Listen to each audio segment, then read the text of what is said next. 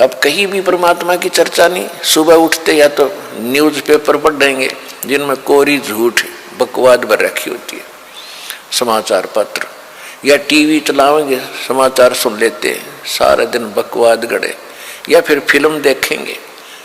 तो जब तक प्राणी के पूर्व जन्म के शुभ संस्कार चलते हैं तब तक वो कुछ भी करता रहे, और सपने में भी भगवान याद ना करो उसको सारे सुख मिल रहे होते हैं।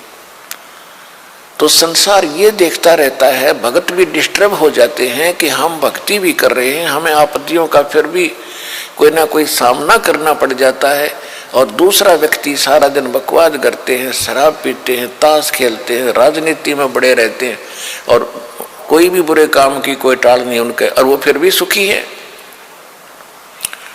तो इसको देखकर विचलित ना होना, परमात्मा के बताए इस पॉइंटों को, बिंदुओं को ध्यान से सोचना।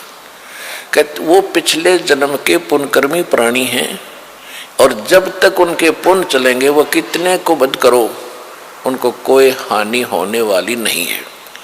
और जब उनके पुण्य समाप्त होंगे फिर पाप कर्मों का दौर शुरू होगा, फिर देखना उनके घर में के कहर टूटेंगे। और आप के ऊपर भक्ति करते करते भी दिक्कत आ रही है, तो अगर भक्ति ना करते तो आपका तो सर्वनाश हो जाना था। विचार कीजिए,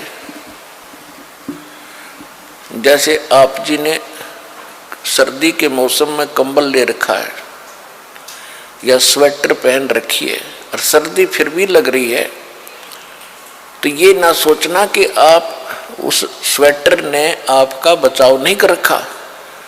अब जैसे यहाँ भक्त कई कहते हैं जी हमने पाठ भी करवा लिया, जोत भी बोल दी, चौथी हाजरी भी लग गई, अभी तक हमें कोई विशेष लाभ नहीं हो पा रहा।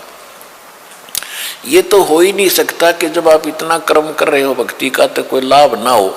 ये तो आपकी अनजान सोच है, बालक बुद्धि है। अब जैसे सर्दी का मौसम है, किसी ने स्वेटर पहन ली और फिर भी उसको सर्दी लग रही है, तो ये ना सोचना कि स्वेटर ने अपना काम ना कर रखा।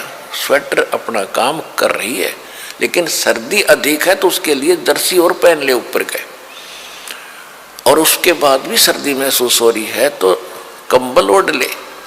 यानी ये नहीं है कि ये कहना कि मैंने जर्सी भी पहन ली फिर भी सर्दी का लग रही हाथ पैरों को, तो ये तो अनजान व्यक्ति कहेगा जिसने इस प्रोसेस का पता नहीं, भगवान के मार्ग का ज्ञान नहीं।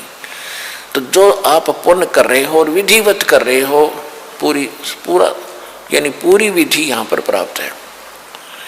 गुरु जी के बिना दान करना व्यर्थ है।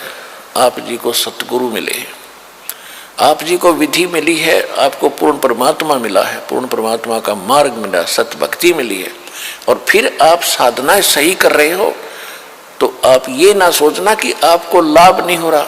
आपके पाप कर्मों की सर्दी घनी है, और ये करते करते भी कहीं ना कहीं से थोड़ी बहुत ठंड महसूस हो रही है। यदि ये ना कर रहे होते तो नमूनिया होकर मर जाते, ये समझ लेना।